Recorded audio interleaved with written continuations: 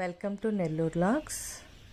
ఈరోజు నేను కూరగాయలు ఏమీ లేనప్పుడు ఇంట్లో మనం కోడిగుడ్డుతో చక్కగా ఈ విధంగా కూర చేసుకుంటే అందరూ కూడా చాలా బాగా ఎంజాయ్ చేస్తూ నాన్ వెజ్ తిన్న ఫీలింగు బాగా ఉంటుందండి.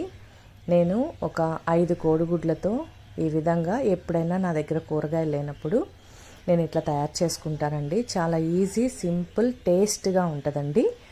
నేను ఒక 6 కోడిగుడ్లు తీసుకున్నాను. వాటిని చూడండి ఈ విధంగా లోపల ఉండే ఎల్లో పార్ట్ అంతా కూడా సపరేట్ చేసేసుకొని ఈ విధంగా వైట్ కలర్గా ఉండే దాన్నంతా కూడా చిన్న చిన్న పీసెస్గా కట్ చేసేసుకున్నానండి.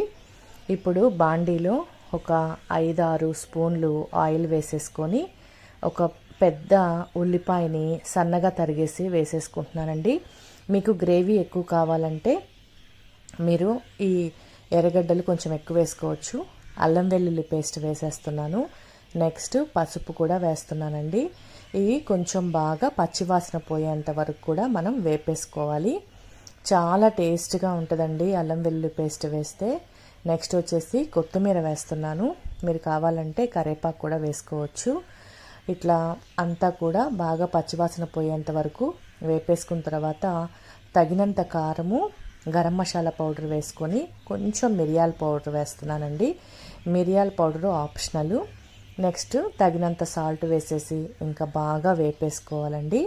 వేపేసుకున్న తర్వాత మనం నూనె కొంచెం పైకి తేలిన తర్వాత మనం ముక్కలు కట్ చేసి పెట్టేసుకొని ఉన్నాం కదా, ఈ ఎగ్ ముక్కలు ఇవన్నీ కూడా బాండీలో వేసేసుకోవాలి.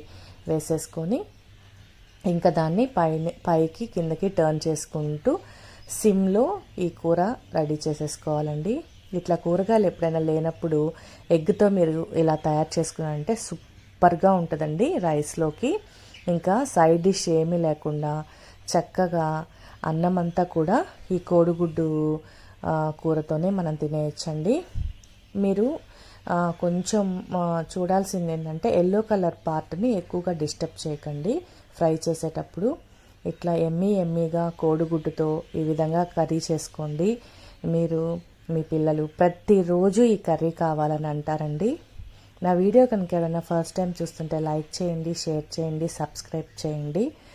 ఈ కర్రీ మటుకు సూపర్గా ఉంటుంది. మీరు ఒకసారి మస్ట్ అండ్ షుడ్గా ట్రై చేయండి. మీరు ప్రతిరోజు లేదు అంటే వారానికి 2 సార్లు అయినా ఖచ్చితంగా దీన్ని తయారు చేసుకుంటారు. థ్యాంక్ యూ అండి.